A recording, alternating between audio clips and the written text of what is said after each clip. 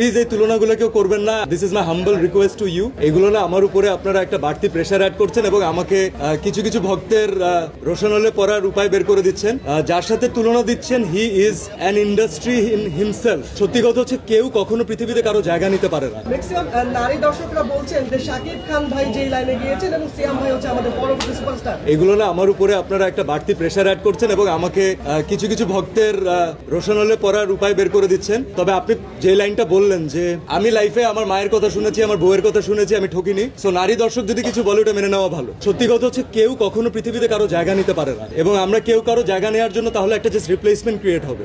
যার সাথে তুলনা দিচ্ছেন, he is an industry in himself. তো উনি এত বছর কাজ করেছেন এবং এত ভালো কাজ করেছেন, আমাদেরকে প্রতি বছর এত অসাধারণ ছবি উপহার দিয়েছেন। এটা তুলনা আসাটাও আমার জন্য অনেক বড় একটা প্রাপ্তি। তবে প্লিজ এই তুলনাগুলো কেউ করবেন না।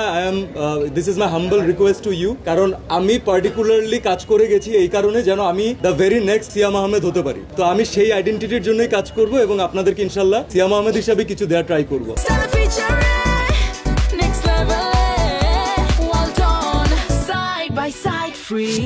যখন প্রথম গানটা আমাদের কাছে আসলো, আমি নিজে মনে হয় 14 বার আর 15 বার টানা শুনেছি এবং পার্টিকুলারলি গাড়িতে শুনতাম, কারণ it has a different vibe. তো আমার মনে হচ্ছিল যে এই ভাইবটা যখন ঈদের সময় দর্শক পাবে তখন একটা সোনায় সোহাগা হবে। তো আলহামদুলিল্লাহ এভরিওয়ান হ্যাজ টেকেন দ্যাট। সবাই পছন্দ করছেন।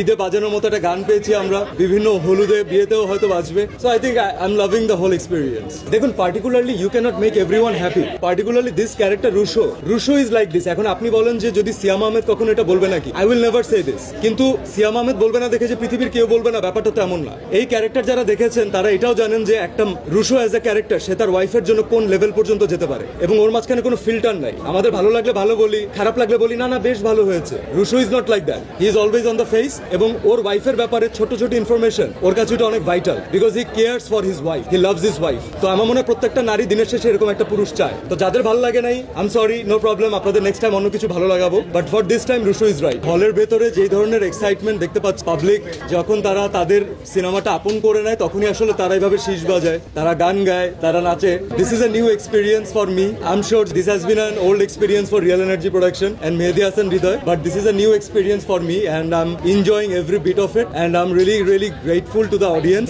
মাত্র তো জাস্ট কালকের সবগুলো শো হাউসফুল হয়েছে, আজকে শোগুলো হাউসফুল যাচ্ছে আলহামদুলিল্লাহ। বাট আই এম শিওর যে অনেকে এখনো দেখেননি, অনেকে ছুটি কাটিয়ে বাড়ি থেকে আসেননি। তো তারা যখন আসবেন এবং তারা যখন দেখবেন, আমি শিওর যে আমরা তাদেরকে একটা এন্টারটেইনিং সিনেমা উপহার দিচ্ছি আর তারা প্রত্যেকটা পার্টে প্রত্যেকটা সেকেন্ডে সেই এন্টারটেইনমেন্টটা তারা গ্রহণ করছেন। I think that is the ultimate success.